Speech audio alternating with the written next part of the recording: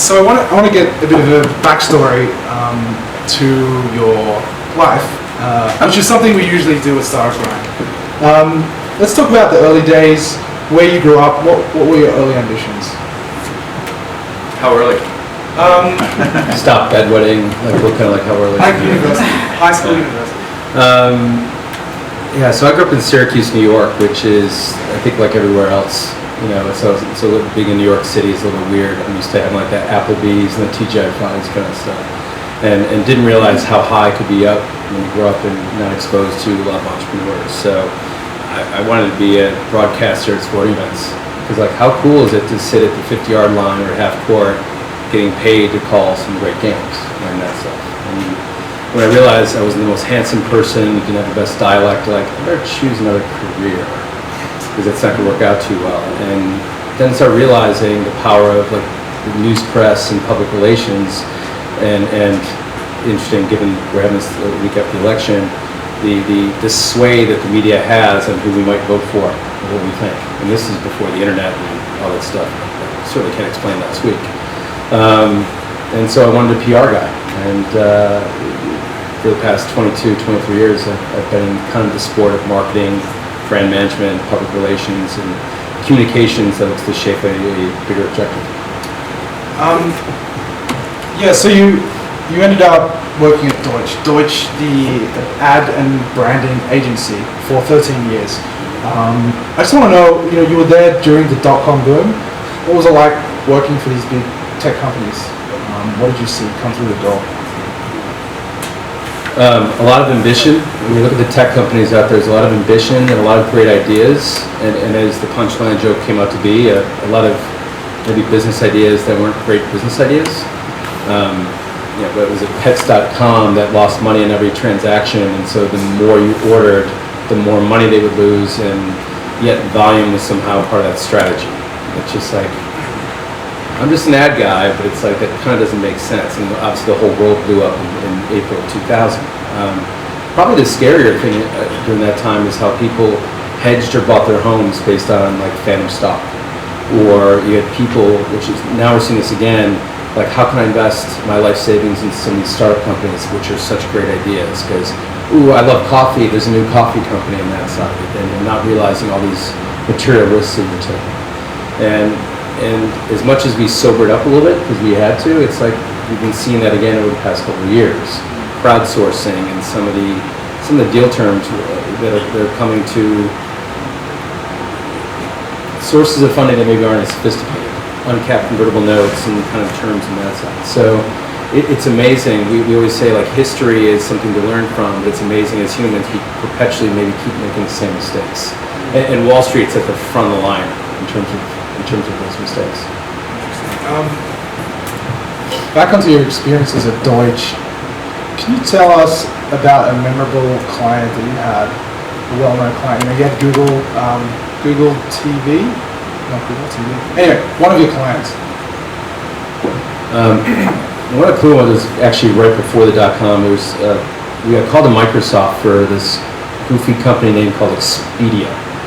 And this is 98, 99, so I'm dating myself, but it's that was before travel was a thing on the internet. And we were just getting used to books and some other things. And so in a pitch in Microsoft, where it was funny, it was late because their own computers kept having PowerPoint crash, which is just hilarious. We wanted to put in the business, and they announced they were IPOing 3 weeks later, and they gave us stock in the business. And it was just really interesting back in 1999 to see the ambitions that Microsoft had towards where things were going. Because now you book travel on the internet, why would you? Back then, Liberty Travel was back page in the New York Times, and that was a big thing. You wouldn't think to put a credit card to go Hawaii. That sounds crazy. But there's a lot of stuff. We were on The Apprentice, the second episode in 2006. We did famous Super Bowl spots that bombed and some that did great. But it was a great time. We get to work with people like Under Armour, the founder, Kevin Plank, Sam Adams, Jim Cook, who was amazing. The best experience always came from founder-led companies, no matter how big they might be on that side. So you worked there for 13 years, and then you decided to branch off and start your own ad agency / VC firm called Consiglary. correct? Consigliere. Consigliere. What did you learn from your prior experiences, and why did you found this company? Sure. I had a chip on my shoulder because Wall Street kept looking at my people as an expense. If a business is not doing well, it's just like cut the marketing. If you're not making your guests, cut the marketing. So marketing was this easy, soft thing that you just like cut to make the numbers elsewhere. And that kind of just ticked me off. It's just marketing and brand done well can be a moat builder. You can get accelerant in gains, and there's numerous studies behind that. But when you look a bit deeper, ad agencies, like law firms, I think there's some lawyers in the we make money, fees for our time.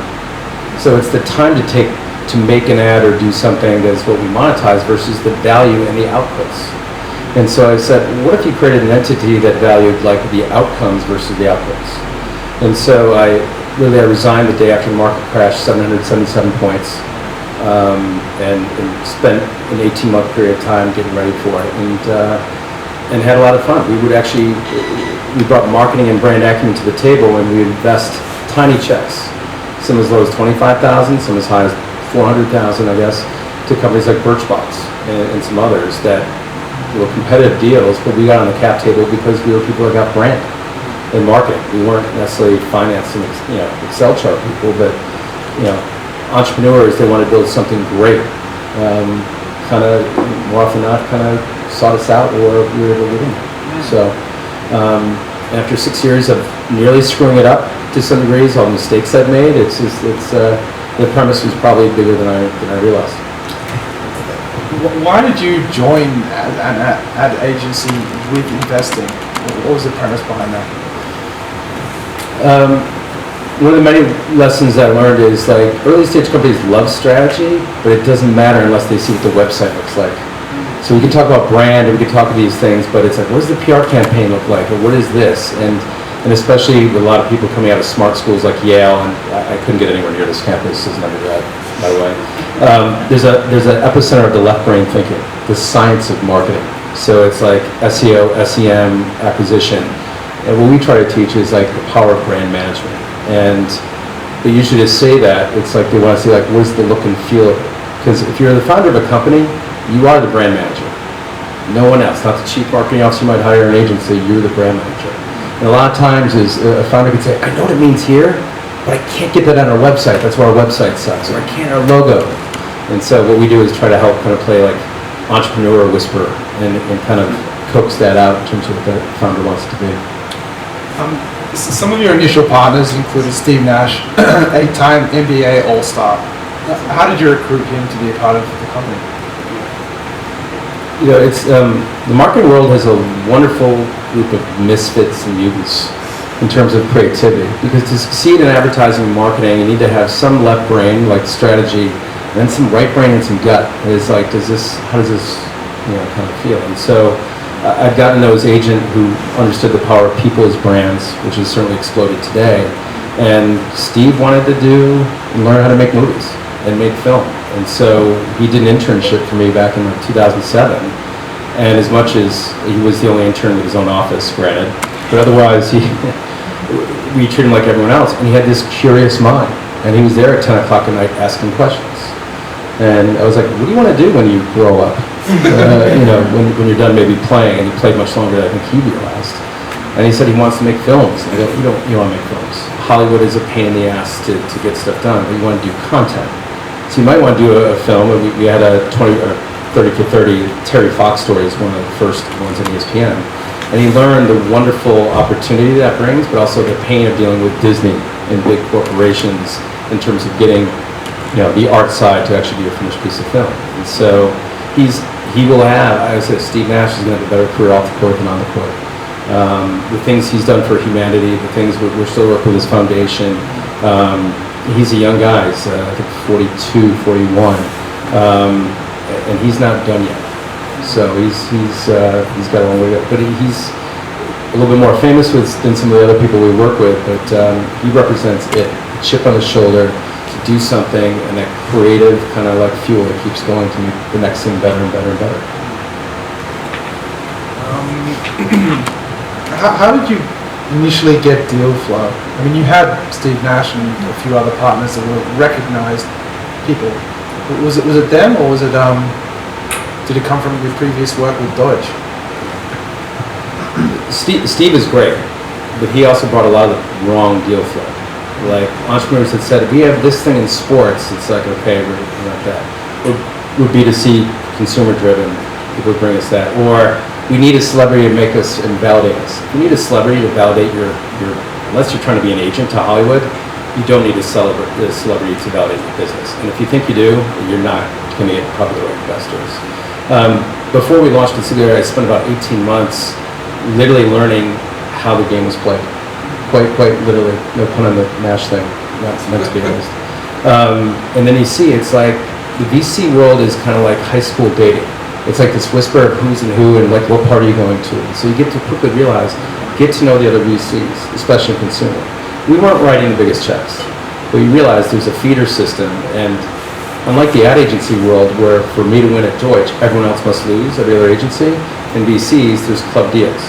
So there might be a lead VC in a deal, and then they'll bring others like angels or what have you, and maybe they won't take the follow-on round in pro rata, but they could add something to the table. So we had to develop the feeder system, and because we had a unique proposition, Steve being one, but probably not the most compelling, it was like this marketing and brand, and so we would round out capitals.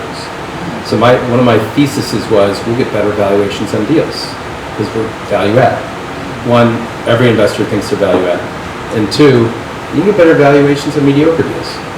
We were able to get into Birchbox, which went from having trouble raising capital to oversubscribed thanks to Excel, and so it's like we learned pretty quickly about what this could be. So, on that Birchbox initial investment, it was your first investment, right? Talk about how that came about and what the entrepreneurs behind the company were like when you first met them. So, it's through the network. Two great founders from Harvard Business School, Haley and Katya, had this idea, and we got an inquiry from First Round Capital and a woman named Beth Ferreira, who at the time was the COO of Etsy, and now she's at William Morris. And we got consumer on that side, and there wasn't a lot of people doing consumer in 2010, not a ton, especially in New York City. And so we met with them, and what's different about us is I spent 2.5 years on Revlon, and that stuff. You know, in my world, the consumers, women are 83% of the consumer marketplace. And yet in the VC world, I think it's like 7%.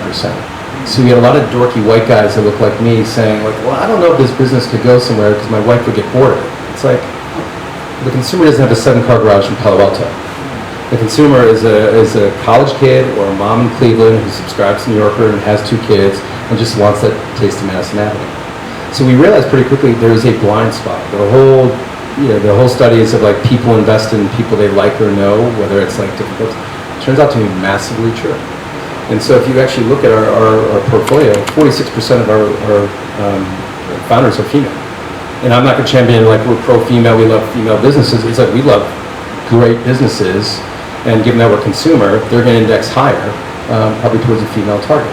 So we have a jewelry business, we have a kids clothing business, we have Birchbox, so like Darby Smart, which is crafts. So it's one of those things that once we invest in Birchbox, that opened a new kind of like box of like, ooh, your investors in Birchbox, we want to be like that.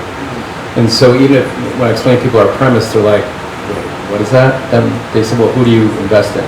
And when we say Birchbox and Warby Parker and Casper, they go, oh, I don't know what you do, but there's got to be something there. So we have the benefit of our entrepreneurs making us look a lot smarter than we really are. There's a method to the madness. Let's talk about Jeffrey Rader, the co-founder of Warby Parker and Harry's. What was he like? Did he stand out when you first met him? What is he like as an entrepreneur? Just like a relentless, passion for winning? Is there something that we can learn from people like that? The one thing I'll say about great founders that we love is when they have a huge, massive paranoia about customer service. And if you think about that, that's the marketplace opportunity that like either low NPS scores can kind of show or what have you. But like a lot of our founders, he is this relentless pursuit of like, how can I make the customer happy? And LensCrafters certainly didn't have that from Warby Parker. And Gillette, if you try and call P&G gets thousands of calls a day thousands of calls each day from like women saying, "Thank you so much. You got blood out of my son's clothes, and he cut himself." And it's like Tide is amazing. They're like, "Okay, thank you so much." Boom, because customer service is a cost center. It's like they try and do the Heisman, like, "Okay, you bought my product, now don't try and get your money back." At Warby and Harry's, Jeff's involved with, they use Twitter as customer service. They invite the feedback. Because if someone's going to take time to give you feedback, like, "Hey, this sucked," or "This was good," you can make a bad experience into a great one. We met Jeff. He graduated from Wharton, did Warby, and we got an email out of nowhere from Haley, the founder of Birchbox, and it said, "Jeff Rader would like to meet with you." And it's like, "Okay, sure." Now I know what it's about. He showed up, and I remember the meeting. He basically said, "I've raised all the capital I need for this business, but if I don't have a brand, I don't have anything. Here's what I'm going to do in about 5 minutes." And I'm sitting there like trying to act all like cool, and I'm like, "I'm going to invest in this guy." It's just like, he had that paranoia of like, thought of everything, and this is before Dollar Shave Club had launched and all that, and you just felt the it. He had done calls with 3 of our CEOs and 3 of our founders to check us out. He had just like, he just had the it. And again, I don't have a high enough GPA to put that in the English language, but you can smell it. Like when a player gets hot in basketball, it's like feed Michael Jordan in the 4th quarter. It's just like that in the zone, if you will, but perpetual. He's got that rare ability to lead. He's got that rare ability to get out of the way, and he can build great teams. But he's got the relentless pursuit to do the right thing. And it's funny that in a very merchant-led world of how the economy's been on the customer side, now because of a Google world, all that, like, we can actually have a more one-to-one dialogue. And these companies starting from scratch, and Jeff's living in that world, inviting that versus like not. So Jeff Rader it is a treat to invest in him. And again, one of the people makes us much smarter than we are. What are some of the problems you've seen in these companies you've invested in early stage? I mean, most of your portfolio is seed, correct? Mm-hmm. So yeah, just tell us some of the problems you've encountered with founders or their companies. With founders, it's you want to invest in people that are. It's a tough thing. It's like one hand you want to be coachable, and yet they got to be stubborn. Because if you're taking on LensCrafters, you're taking on Sephora, you're taking on the world, it's like you need to have that stubborn, naive kind of like, "I'm going to go do this." And yet we ask those same entrepreneurs to be coachable. It's like, well, when do you want? You can't flip this switch on and off. On that side, I think as businesses scale, it's like you run the risk of trying to diversify too much. You run the risk of hiring people to validate your premise that you don't necessarily need. For instance, often we've seen this. The first senior marketing hire is usually a disaster, and it over-indexes. I wish I weren't so lazy and actually did the study and the math on this, but that winds up being true. And if you look at it, it's usually a founder saying like, "Okay, I'm going to get this head of marketing who comes from Nike or Coca-Cola or something like that," and like bring him in. It's like, wow, they work on great brands.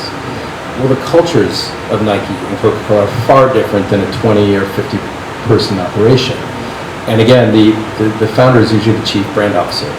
And so someone tries to come in to run the playbook that he or she did great with, and really realizes, oh wait, that's a cultural incompatibility. So it's the ability to build teams, and the most selfish thing you can do is hire people better than you. And at a certain stage, you need to start doing that, whether it's to get another round of funding or to like realize, hey, I don't know this stuff. Naivete can take you so far, but to scale a successfully profitable business, you need to bring other people around the table to do that. And in some cases, and listen, we're part of this issue very much. VCs are saying, grow. And then in 2015, we're like, oh, we want you to be profitable. That's a tough thing to go where all of a sudden, the music stopped and the merry-go-round said, oh, wait, we want profitability, to companies that were just gunning it for growth. And so the reasons why people fail is like when they think everything's fine and keep executing and not try to almost pressure test their business, because that's exactly what competitors are doing. What kind of validation are you looking at when you procure these deals? Does it come from the lead VC on the deal, or are you looking at something else? What's the secret sauce that you guys have to pick constant winners? I mean, they haven't exited yet, but we all know them, and they're all pretty well known and cool. Yeah. only cool translated to liquidation of a successful business, but there's different forms. Birchbox, we invested in Birchbox before they launched their first box. But what they did is, when they were in their second semester, I believe, they did a WordPress test and sent out to 200 people, and it wasn't all their family and friends, but across the country. And they came back and they said, we got a 20% response rate, and here are the 4 things we learned to make our business better. And we decided we're going to call a customer each day to kind of get some feedback. That was awesome. That was awesome. It was like the passion to put something out there. So when an entrepreneur says, well, I have an idea, it's like, that's great. Everyone has an idea. What have you done to execute it? They took the steps pre-shipping out the first box to kind of validate along those lines, and they showed a willingness, we learned some stuff about the company. In the case of like a Jeff Rader, it's just like, okay, Warby Parker, pretty good business, we're going to bet on Harry's. And it didn't hurt that one of my partners had worked on Gillette before. In today's world, there's some sort of validation, and that doesn't mean like we have over 70,000 emails collected from Facebook on this. That's great. You can go game the system too. That's not enough validation. But kind of identify the pain point, the marketplace, why you're the better mousetrap or solution, and some, what we say validation, some proof of concept that like your thing could be a thing. One of the ways around that is to, who's your customer? And when people tell us, well, our customer is an 18 to 34-year-old female, that's what you buy media against. I've never met an 18 to 34-year-old female. We look for personas. If someone says like it's a 27-year-old who is like shops at Trader Joe's, maybe he's a substitute teacher, does it, it's like a psychographic. And then people really know that. And if you know that kind of stuff, that's usually a form that we're going to be empathetic to that consumer because we know what she or he has been through, and that's what we want to hear. So there's different ways. We invested in Peloton, a bike, 18 months before it was available. And that was the power of John Foley. So there's different levels. We've also done the Series A, and at one point we did a Series B investment. But at Series A, you can kind of show some proof of concept. So it's not hard. And what we hear from some entrepreneurs, well, how do I execute my website if I can't get any money? It's like, figure it out. Figure it out. Like literally go to Wix or Squarespace or GoDaddy and build something and show some sort of proof on there. Or if you don't have the tech team that can do it, that's all into it, it's like, why should I think you're going to scale this thing for consumer? On Peloton, when you invested a seed round in their business, what did they do with the money? And also on that, what should an entrepreneur do with a seed round first? I won't say should because I'll give a perspective. In the case of Peloton, when you're selling a $2,000 bikes, you need money to build bikes. So that's what they needed to do. But I don't say should. It's what do you need to do? And that's what we ask entrepreneurs, quite frankly. Because different businesses have different elements. If you're a service business where you're not paying for a $2,000 bike, but there's other aspects of it, what's the user experience going to be? What is the site experience going to be? What's the marketing going to be? We don't love businesses that require tons of marketing upfront, which is a little bit of a catch-22, you think. But I'm a marketer. I love advertising. The fun part about this stage is you can build a remarkability inside the proposition, and to make it so you have like your legion of people evangelizing for you. Primary is a kids clothing company, and it was founded by 2 awesome entrepreneurs who were employees number 30 and 90 at diapers.com. And they both had kids, and they said, why are all kids' clothes, why is shopping for kids' clothes so bizarre? And there's a lot of these mommy sites that have gone out there and done these things. They had ambitions to scale it. And so they went out and they basically said, we're going to be completely word of mouth. And they built a mousetrap, all clothes under $25, simple design, no printed shirts, and they knew who they were for. And they just started crushing it. And they still haven't figured out like the kind of brand marketing side, and that's kind of on me a little bit, but it's like they're scaling at an incredible rate. And so there's no one right way to do it, but for those who think we're going to spend most of our marketing, it's like, that's steroids. How are you going to grow it in some sort of natural way? Because this is the time to do that. What are your thoughts on MBAs going into entrepreneurship? Jeffrey Rader said Wharton, Birchbox, HBS. And how do you think MBAs are perceiving the startup landscape instead of going the traditional route of working for McKinsey or some consulting firm? How many people in the room have an MBA or studying from? 1, 2. I think people are like, I have an MBA, I don't want to do that. It's like, only 2. Yeah, there you go. These 2. Listen, it's when you could be dropping out of high school and college, and I think and do a successful business. There's no one right way on it. If you have an MBA, it's like we've made a lot of money on paper thanks to Warby Parker and Harry's, thank you Wharton, Birchbox, Harvard Business School. What has come out a little bit is like the entrepreneurship. You know, if you look at the HBS class of 2010, that gave us plated, Blue Apron, went the runway, Bubble Bar, Birchbox, and so we've seen some people like, ooh, I have like the Warby Parker of shorts. It's like, okay. It's like everyone's trying to play the entrepreneurship card. So to me, it doesn't matter if you have an MBA or not. It's just like, what is your conviction to build a great company no matter what it is? And so in many ways, you're more equipped because of all the acumen you have and whatever business experience. And on the other hand, maybe you know too much. You know, it's just like, it all depends on the individual and the person on that side of it. So, but it's the ability to think beyond, like, what do you want to create? An MBA having more education is never going to suck on that side of it. At the same time, we're really thinking like this, we over-celebrate the entrepreneurial, the early stage world in San Francisco, Boston, New York. We think there's going to be great companies coming out of Pittsburgh, out of Madison, Wisconsin, out of Baltimore, out of Detroit. Part of it is that there's an ecosystem there, like Detroit just got so mutilated in 2008, what else are we going to do? And then you have a guy like Dan Gilbert who's trying to resuscitate things, like Kevin Plank in Baltimore, the thing like down there. So ecosystems are being built in college towns, and you have a lot of kids coming out of like high school that watch Shark Tank, and they think like, I'm going to be here for 2 or 3 years, they're going to be a pro basketball player, I'm going to be here for 2 or 3 years and launch my startup and just crush it. It's like, okay, that's cool. So if you have an MBA, great. If you don't have an MBA, I'm not going to say it doesn't matter, but it's just like, when I say that, does that person have the it? That, I will say, it's like, we did some work with Goldman Sachs.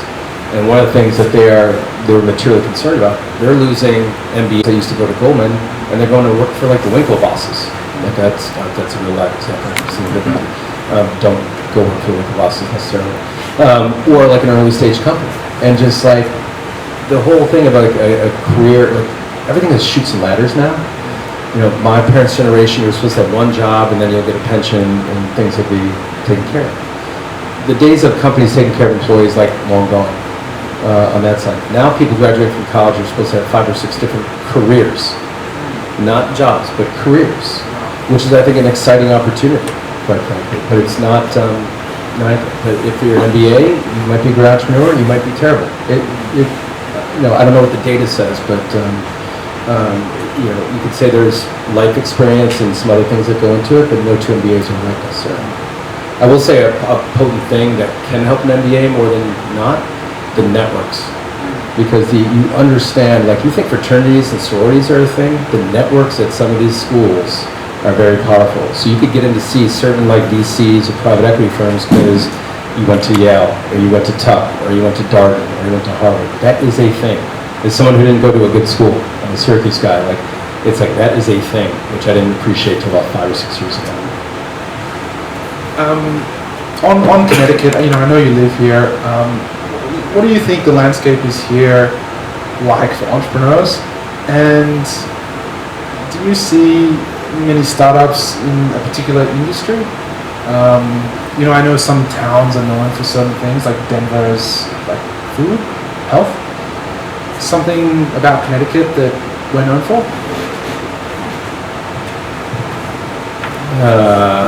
I probably don't have a lot of great things to say about entrepreneurship in Connecticut. And you quite also would know more. I'm not the biggest fan of our current governor. You know, with all the recovery we've had under the Obama administration, like, Connecticut has done an awesome job of lagging, I think, on everything.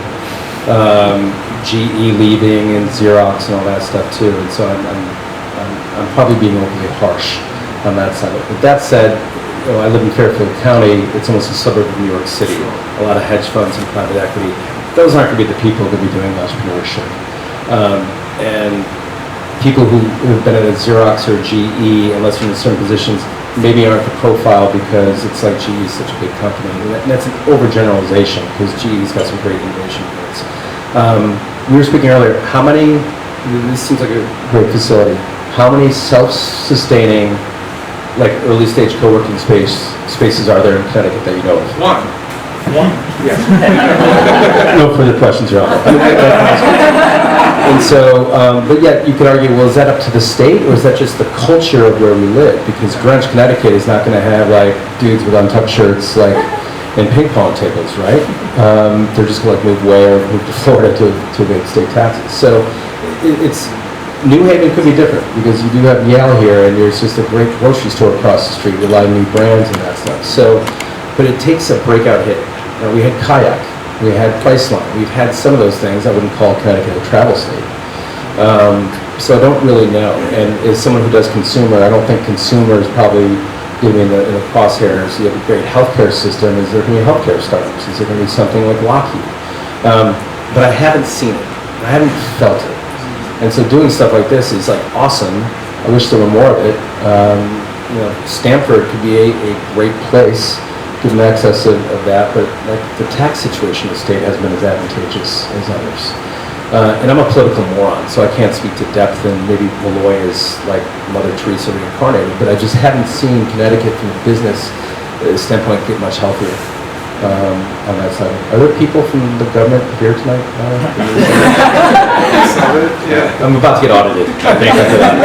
But, and I don't mean to be so harsh. I do mean to be harsh. It's just passion, because I see headlines where, like in a newspaper, saying, "Oh, we're doing this great thing for entrepreneurs," but there's not the stuff going on when no one's looking. And whether that takes private capital to do it, I don't know where that's going to come from, or it takes a Dan Gilbert or Kevin Plank, not sure who that is. It's probably going to take an entrepreneur to do something awesome and crush it. It could be Priceline and the millionaires that created, maybe disseminating and doing some early stage investing. Some things take time, and there's too much intellectual acumen in Connecticut for nothing to happen, and there might be more going on than I see, but to me it's not defined. And you could, anyone challenge me at Q&A after if that's wrong. I'm not that bright. I think I very much established that. It's just a perception. We don't get many business plans out of Connecticut. We get them out of we get a lot out of Wisconsin, we'll get a lot of Pennsylvania, we'll get out a lot of from different schools, but not out of Connecticut. But we're also consumer, so that could be just us. Last question, Trump. Is that going to affect VC investing? Do you want to answer that? How do you say no? It's like, you saw me fired up over the last one. It's like, this is an easy one. For the economy, Trump is probably going to be better. As a society, I'm just massively disappointed. And I hope my disappointment is, you can't say it's unfounded. I just hope it doesn't come to reality. On that note, Q&A. Jimmy. You said that you made a lot of mistakes along the way. What do you think is probably your most profound mistake? Hiring a couple wrong people. That where maybe I got seduced by a resume or a background, because in this business it's. Repeat the question, please. I said the most profound mistake along the journey. The biggest mistake, most profound mistake I made along the way. Hiring a couple wrong people, and that's on me. And that's not passive aggressive. It was me. It was me. And I've learned so much about myself over the past 6 years. And when I started the company, I was 38. My wife was 6.5 months pregnant.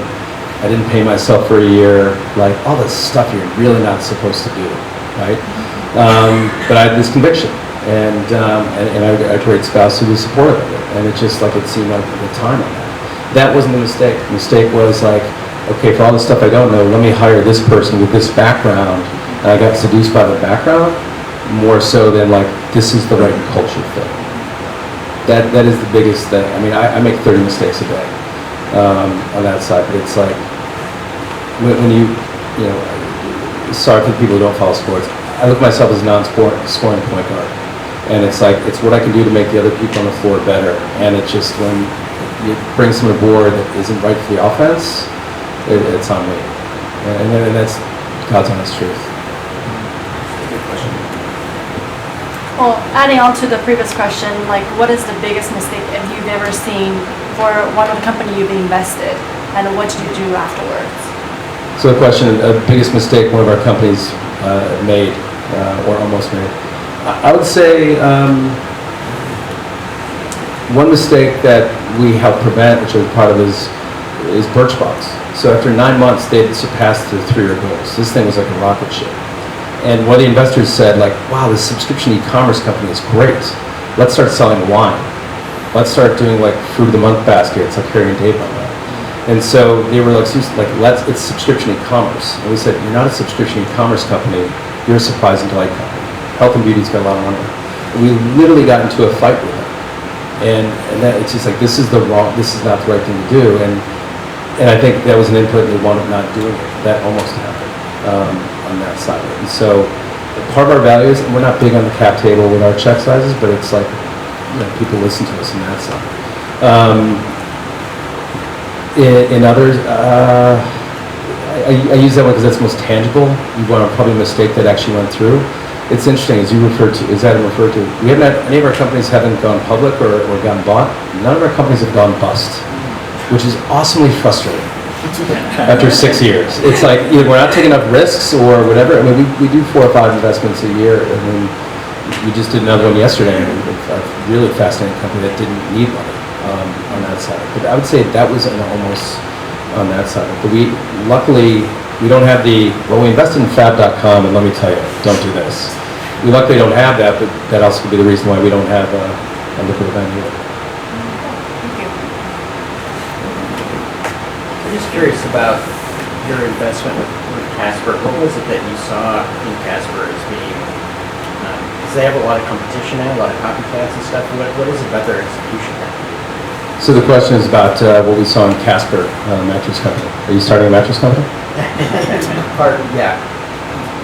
What kind of mattress company? Well, not a really good one. We don't need more competition. Yeah. I'll say, to kind of get like, I don't like saying like facts and like here's this holy grail stuff. I like to give an example. So that was an example where we got an introduction to Philip Krim from Jeff Rader.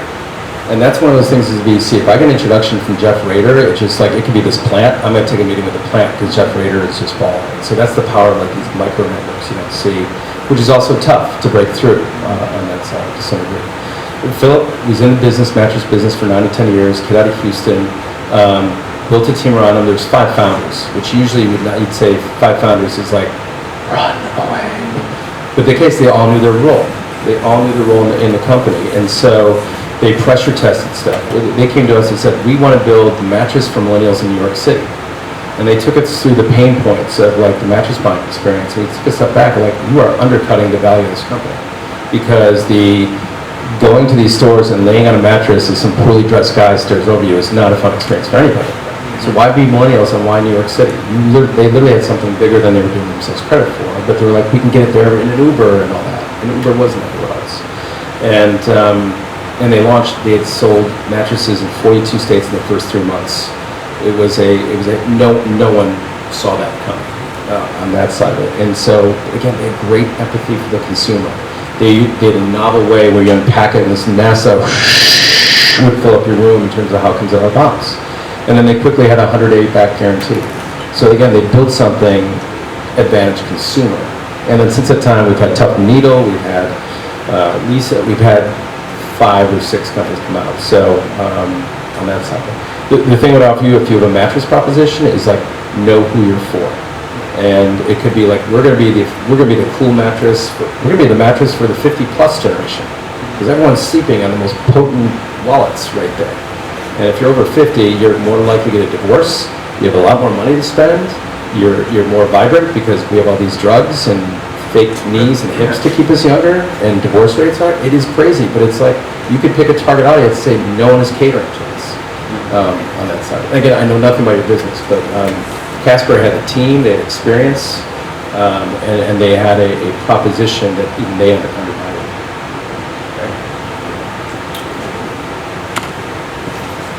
Thank you for coming tonight. Thank you for all this great insight. Excuse me. I started trying to raise funds in 2008, exactly a week after the market crash in the medical device industry, and great relationship with a lot of VCs in Silicon Valley, but everybody shut down. It was nothing. We're in 2016. It's been 8 years. We have new elections. I'm about to start looking for funding for another company. Previous one actually just started working out really 4 years ago. It's generating a ton of revenue right now. Is it a good time to raise fund right now for another company? The macro answer is sure, why not? Well, because it wasn't in 2008, like everything shut down for no 2008 was reason. really, I mean, like 2008 it hadn't happened since like 1933. So on that side, it's a good time for good businesses. I mean, the interesting thing right now is VCs in Q1 of this year raised more money than any other time in the history of like whatever that was being tracked. The funny thing is they haven't been deploying it because they're, in my opinion, we're punishing entrepreneurs for all the high valuations that from 2010 to 2014. But great businesses get funded. There's a business now we're looking at that she went out to raise $1.5 million and she's at $3 million and people are stuffing more. Do VCs listen a great deal? Maybe not, but it's like if you have an in with them, it's like, but VCs are looking to put money to work. So it absolutely is. Not only if it's a medical device, that's going to be probably, it's not, okay. And depending on the nature of it, is it CapEx intensive? Is it inventory?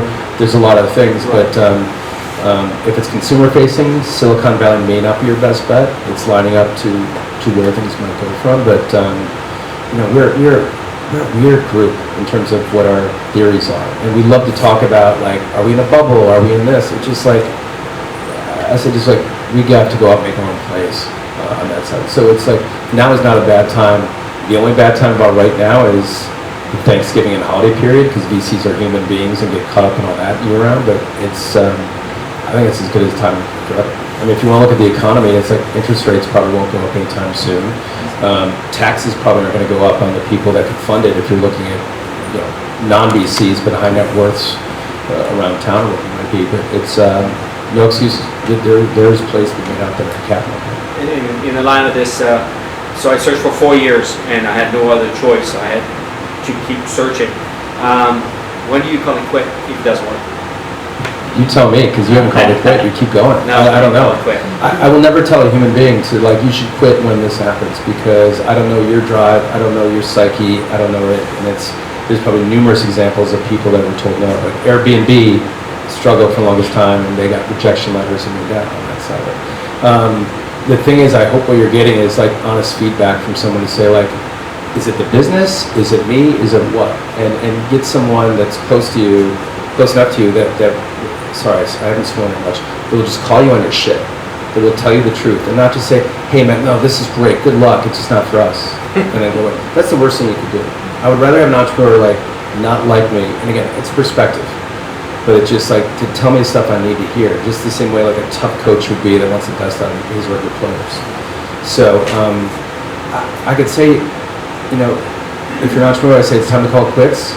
That's stuff you put on the bulletin board, and then you double down and work even harder. So it's, I would say if you're like on your second or third mortgage and you have like bill, you know, and that's like, you might want to think about a plan B. But to be a successful entrepreneur, you have to burn the boats. So I don't know enough to say, or I don't know if your business idea is good or not. But, well, thank you. Yeah. Thanks, Michael, for the insights on, especially with the brand side of things with regards to VCs. I think that's pretty interesting. I don't think enough VCs are sort of focusing, or there aren't enough VCs out there that do both.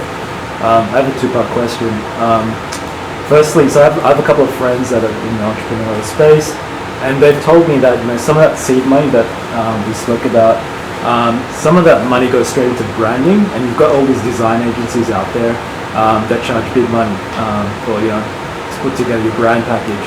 First of all, why is that the case? You know, I understand that brand is super important, but does that need to be democratized in any way? Like, you know, are design agencies like the winners here at the end of the day because, you know, they're charging big bucks?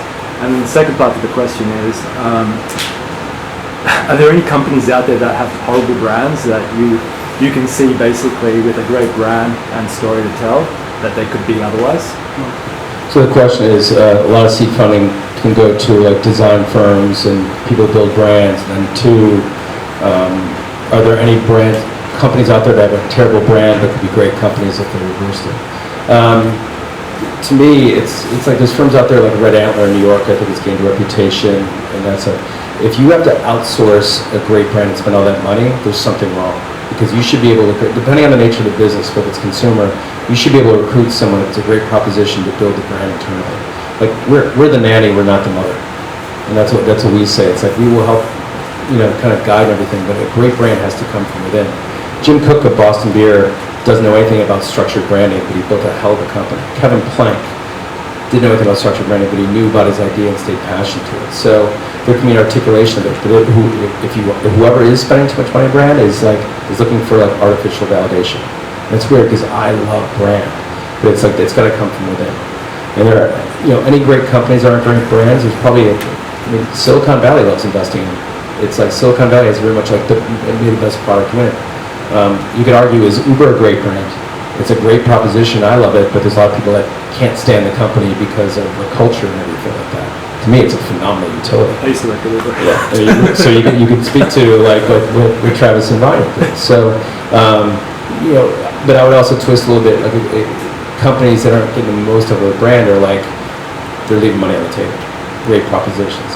Goldman Sachs last year and Credit Suisse in 2010 did 2 papers on the thesis of the power of great brand investing.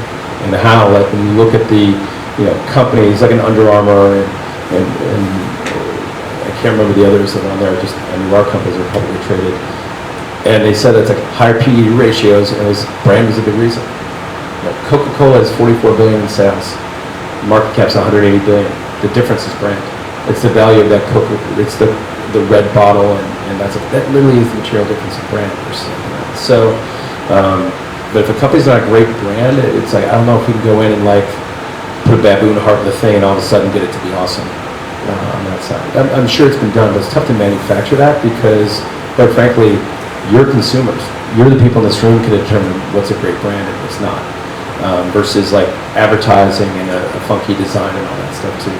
There's a lot of great brands that almost have clunkiness and almost apologize for it, but they're real.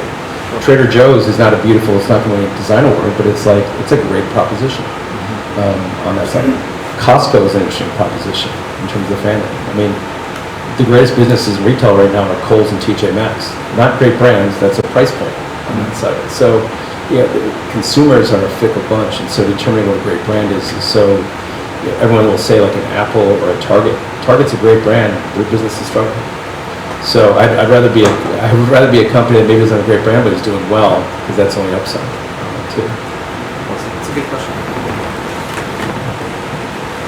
So what are the gratifying moments that keep you coming back and fresh every day?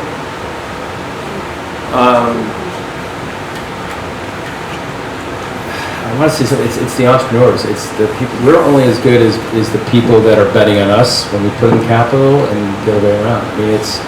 Today before this call, it's like we found out we're going to do a Super Bowl commercial. A little firm in Chinatown, New York, and Greenwich, Connecticut, we're going to do a Super Bowl commercial, and it's because a huge KKR is bringing us in from one of the portfolio companies. And it's like, that's awesome because someone is putting the faith in us to drive material business value for that company on that side. And so that's a huge team.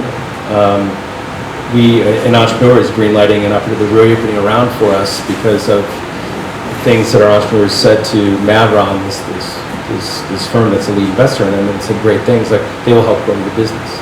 It's the stuff I find out about that other people say about us when we're not in the room, and I'm sure there's bad stuff out there too, because as you judge by my comments, I'm not always lucid, but it's what people say about you. I'm of course going to say nice things about us because I have a mortgage dependent, relying on all this stuff, but it's what other people say about what we've done. And I don't think I would have said that 10 years ago. It's just, it's funny when you have kids, you start to realize the pride of what you can get out of other people versus what you do yourself. So I'd say a lot of that stuff. Two more questions. You mentioned one of the biggest mistakes is bringing in a marketing executive who doesn't fit the culture. At what point for an infant stage startup would you start looking for somebody to do that? Any advice on how we would make sure that we have the right fit? Sure, depending on the business, I would say it's like how senior a person you need. And in some cases, we've seen someone bring in like this CMO that knows everything, and not knowing your business, it could be like let's bring someone in marketing that at least know how to do like CPA or that stuff. So it's finding something that aligns with business and the culture.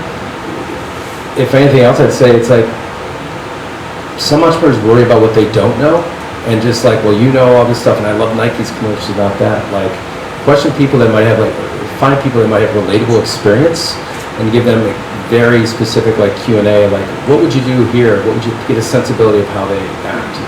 I'm amazed in some cases how companies will bring in people. It's like, okay, so let's do a cost per acquisition analysis, and like the market will say, oh, I don't know how to do that. I'm like, what? A lot of early stage companies also want people that know big brand, but also can do SEO, SEM. I've not found anybody that can do both. So it's like getting to the heart of what you really need. You may not need a really super senior person at this point, but someone that can kind of like is young and moldable. You're the boss. It's your company on there, and just can help you grow. And then as you scale, it's like, okay, more money, more issues, more opportunity. Then hire someone more senior, where that person grows with you. But it's I love marketing, but it's great companies and great brands can make great marketers. Great marketers, I don't know if they can make great companies. It's like the people in your room, if none of you are from marketing, and I love marketing,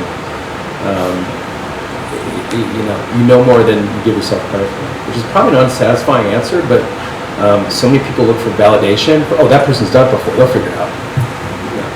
Well, it does work. I mean, I've reverse engineered the Casper site, the Harry site, the Warby, and I see the trends, and you try and follow the storyline and the calls to action, but I'm looking for somebody to do it spontaneously for us. What kind of business is it? Culinary herbs with food. Well, food's exploding right now. Food is, Expo West has been growing year over year if you're doing that stuff, but I can speak to you after this more specific. Absolutely. Last one, in the back. What are a few, as a VC, what are a few red flags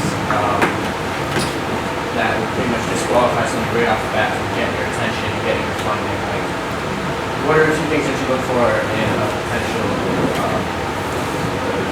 investor, something that would just right off the bat just be like, oh, can't go? So what are turnoffs right away? Yeah. Arrogance. There's a tremendous amount of arrogance that we see. I mean, it's mind-blowing, and it's like whether there's this Shark Tank syndrome, like, ooh, I gotta play the role or something, or when like a startup, like an assistant from a startup called, like, yes, he would like to schedule something for 10 o'clock on a Tuesday with you. Can you get? It's like, wait, who works for who here? It's just, I want to see that hustle, that empathy, that kind of like that kind of. So it's who am I to judge if a business is going to succeed or fail? I'm sorry. I'm figuring out how successful we're going to be, right? But it's just like I'm amazed by the lack of like common grace and manner that some people just don't show. And yet part of VCs don't make it easy. So entrepreneurs have to like cold call or LinkedIn bomb people left and right, so they get frustrated. But passion comes in two ways. There's like passion where I can be rooting for you, or passion, it's like these people are stupid that they don't understand my product. And it's just like, if that's the case, take a step back. What am I doing wrong? And it is amazingly simple sounding, right? But it's just like when people don't realize like I'm a human being and the people are my human beings, and just like you're dumb if you want to be left out of this. You're like that's nice. How's that gonna work? That happens more than you think.